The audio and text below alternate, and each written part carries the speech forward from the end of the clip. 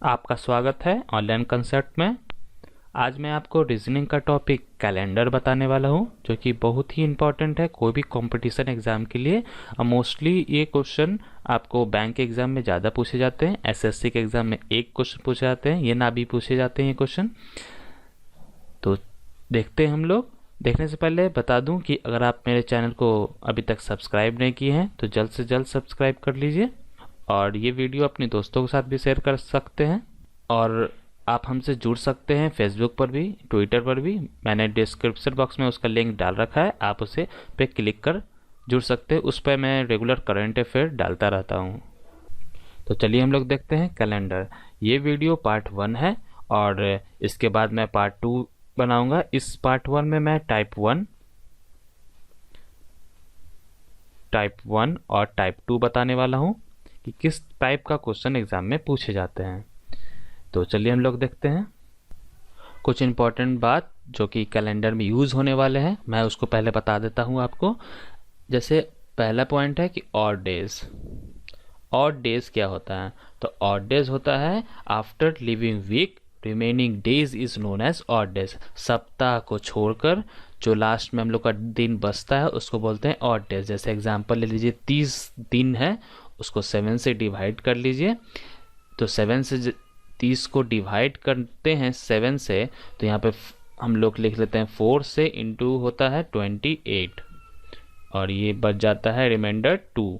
तो 2 को बोलते हैं हम लोग ऑड डेज। अगर जैसे 20 दिन है, ये 20 डेज बोल सकते हैं, 20 डेज है, तो उसको कैसे ऑड डेज निकालेंगे? तो 20 को हम लोग 7 से डिवाइड कर देंगे, आता है 6, रिमाइंडर 6 आता है। रिमाइंडर 6 आया, इसी को बोलते हैं ऑड डेज। तो इसका आंसर हो गया 6। और भी आप निकाल सकते हैं, जैसे कि 28 का कितना होता है ऑड डेज? तो पता करने के लिए 7 से डिवाइड करिए, 7 से डिवाइड करने पे ऑड डेज हो जाता है 0। रिमाइंडर इसका 0 आया, रिमाइंडर है ये, रिमाइंडर 0 आया, इससे मतलब इसका ऑड डेज हो गया 0। तो हम लोग आगे देखते हैं और निकालते हैं कुछ मंथ का। जैसे कि 31 डेज है, तो उसका ऑड डेज कैसे निकाल लेंगे? तो 31 को हम लोग 7 से डिवाइड करेंगे, तो डिवाइड कर लीजिए 31 7, 4 से 28 आया, रिमाइंडर 3। तो आंसर आपका मतलब ऑड डेज आ गया 3।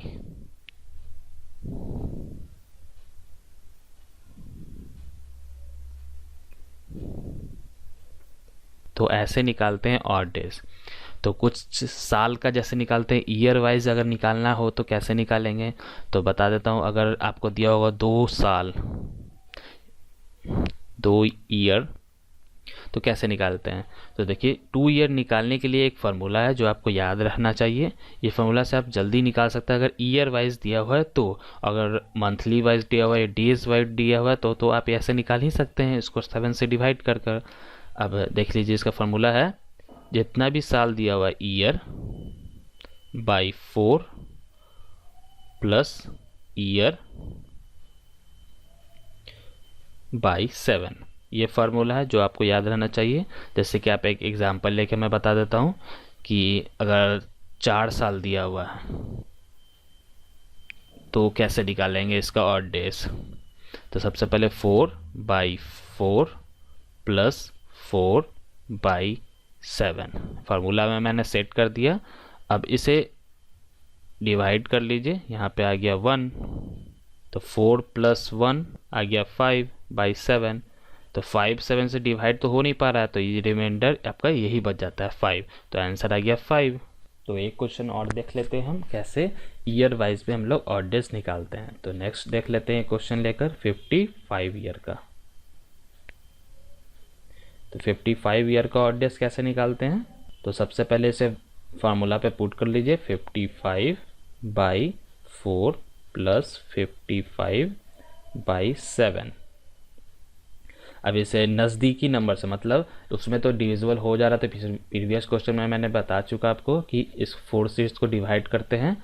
तो देखिए 55 को 4 से डिवाइड नहीं हो पाता है, अप्रॉक्स पे होगा। तो देखिए 4 से डिवाइड कीजिए, यहाँ पे 1 4 1 15 3 12 से रिमाइंडर बच गया 3। तो देखिए अप्रॉक्स वे में आपको लिखना है, रिमाइंडर को नहीं लिखना है, अप्रॉक्स इसको डिविजिबल फॉर्म में लिखना है 13। तो यहाँ पे हो गया 13 और 13 प्लस 55 हो गया 68/7। अब मैंने क्या बोला था, इसको 7 से डिवाइड करने के लिए, तो मैंने 7 से डिवाइड कर दिया और रिमाइंडर बचा। याद कीजिए रिमाइंडर निकालना है आपको, रिमाइंडर निकालना है। रिमाइंडर बच गया 5।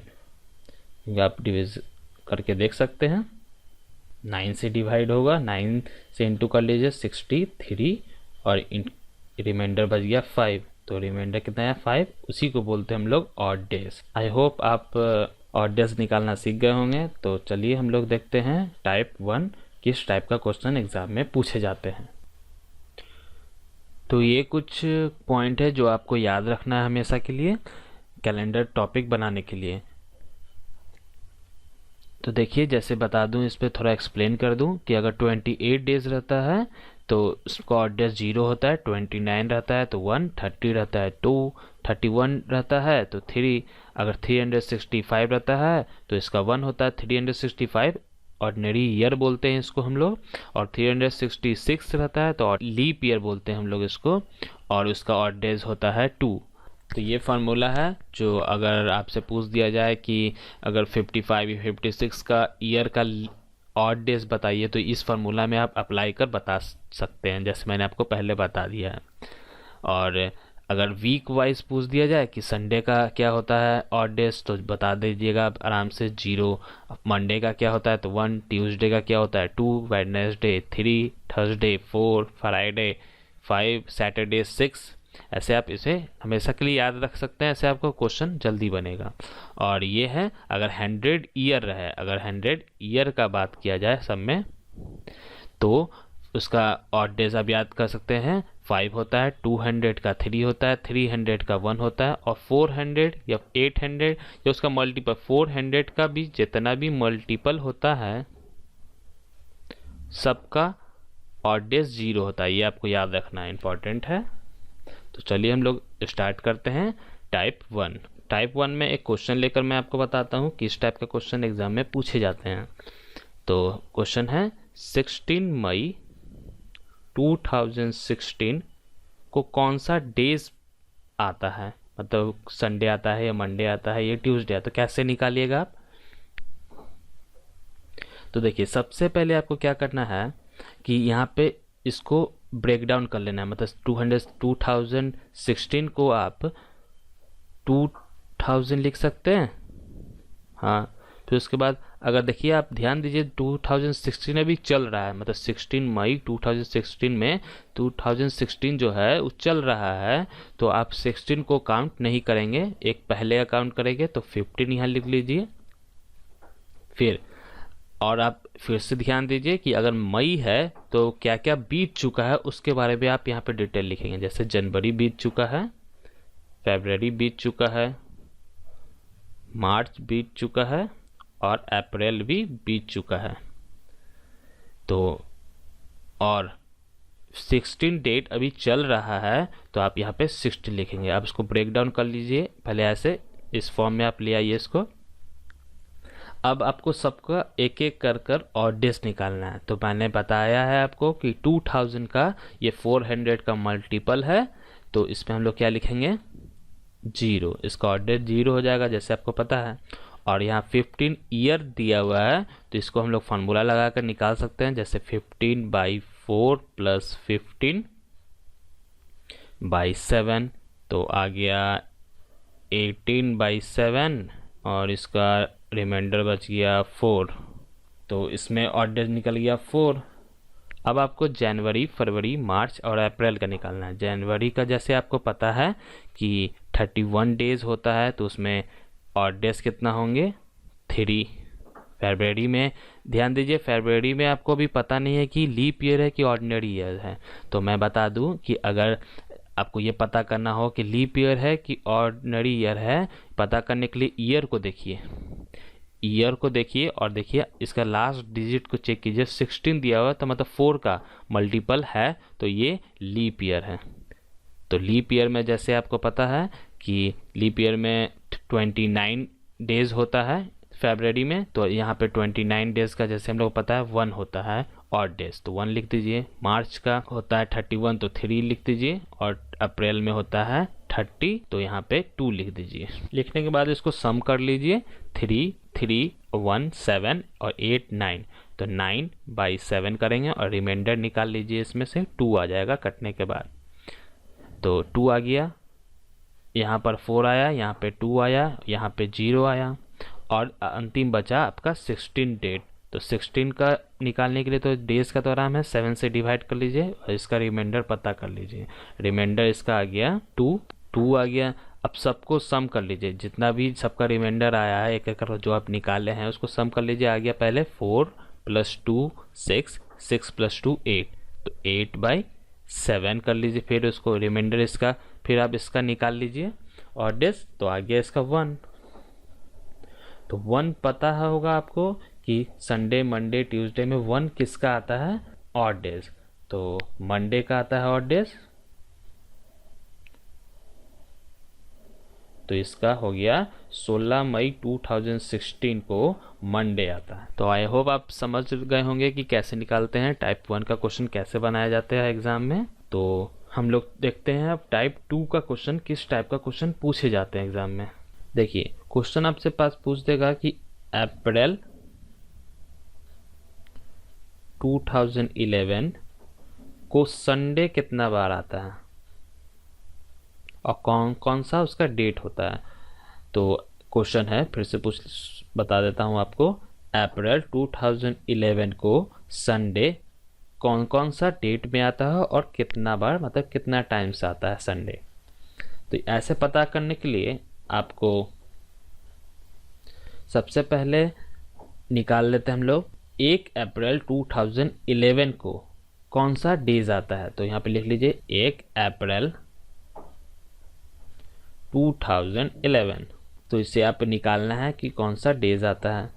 तो आप इसे टाइप 1 के तौर पे निकाल सकते हैं। देखिए जैसे अप्रैल 2011 दिया हो तो पहले 2000 लिख लीजिए, प्लस 11 दिया हो तो 10 लिख लीजिए, क्योंकि एक साल तो इसमें चल ही रहा है, अभी अप्रैल चल ही रहा है। फिर उसके बाद मंथ लिख लीजिए जो बीत चुका है, जनवरी बीत चुका, फरवरी बीत चुका, मार्च बीत चुका। फिर उसके बाद डेज लिख लीजिए जो चल रहा है, तो 1। अब 2000 का जैसे आपको पता है कि 0 होता है और डेज, 10 का निकाल लीजिए, 10/4 प्लस 10/7 और यहाँ 4 से नियरेस्ट से काट लीजिए, 2 से कटेगा, यहाँ पे 12 आ गया बाई 7 और इसका ऑड डेज निकाल लीजिए, ऑड डेज आ गया 5 और जनवरी, फरवरी, मार्च का भी ऑड डेज निकाल लीजिए, इसका आ गया 3 जनवरी का। फरवरी को चेक कर लीजिए पहले कि लीप ईयर है कि ऑर्डिनरी ईयर है। तो चेक करने के लिए आपको बताया था मैंने 4 से डिवाइड हो रहा है या नहीं, तो 4 से डिविजिबल नहीं हो रहा है, मतलब ऑर्डिनरी ईयर है। ऑर्डिनरी ईयर में 0 होता है ऑड डेज, तो लिख लीजिए। और मार्च को होता है 3 ऑड डेज और यहाँ पे सम कर लीजिए 6 आ गया और उसको डिवाइड कर लिए 7 से, तो इसमें ऑड रिमेनिंग तो 6 ही है, तो ये हो गया ऑड डेज। और ये रिमाइंडर इसमें बचा 1, तो 1 तो खुद ही एक अकेला ही है, तो यही रिमाइंडर बच गया है, तो इसी को बोलते हैं ऑड डेज। अब सबको सम कर लीजिए, 1, 6, 5 सबको सम कर लेते हैं, तो आ गया 12/7। तो 12/7 को रिमाइंडर निकाल लीजिए, रिमाइंडर आता है 5। तो अब आप चेक कर सकते हैं 5 वीक में कौन सा उसका ऑड डेज। तो 5 का आता है फ्राइडे, फ्राइडे 1 तारीख है, तो सैटरडे 2 तारीख को होगा और संडे 3 तारीख को होगा। तो हम लोग को मिल गया 3 तारीख को संडे है, तो 3 तारीख को पहला संडे है और इसको 7 दिन इसमें सम कर लीजिए, तो 10 तारीख को दूसरा होगा, फिर से 7 दिन सम कर लीजिए, तो 17 तारीख को तीसरा संडे, फिर इसमें 7 फिर से सम कर लीजिए, तो 24 तो 24 आता है। 24 के बाद आगे हम लोग नहीं बढ़ सकते हैं क्योंकि अप्रैल में 30 डेज होता है और सम करने पे 31 हो रहा है, इसलिए 4 इसमें संडे होगा और 3 तारीख को होगा, 10 तारीख को संडे, 17 तारीख को और 24 तारीख को होगा। तो ये था टाइप 2, और मैं टाइप 3 और टाइप 4 नेक्स्ट वीडियो में बताऊंगा, जो कि बहुत ही इम्पोर्टेंट है। तो थैंक यू दोस्तों। अगर आप चाहते हैं कि रेगुलर अपडेट आए मेरे चैनल से संबंधित, तो आप मेरे चैनल को सब्सक्राइब कर लीजिए। और अगर आप मोबाइल में हमारे वीडियो को देख रहे हैं तो मोबाइल में सब्सक्राइब के बटन के बगल में एक घंटी टाइप का सिंबल होगा, उस पर भी क्लिक कर लीजिए। इससे आपको फ़ायदा होगा कि अलर्ट मिलते रहेगा। तो थैंक यू वेरी मच।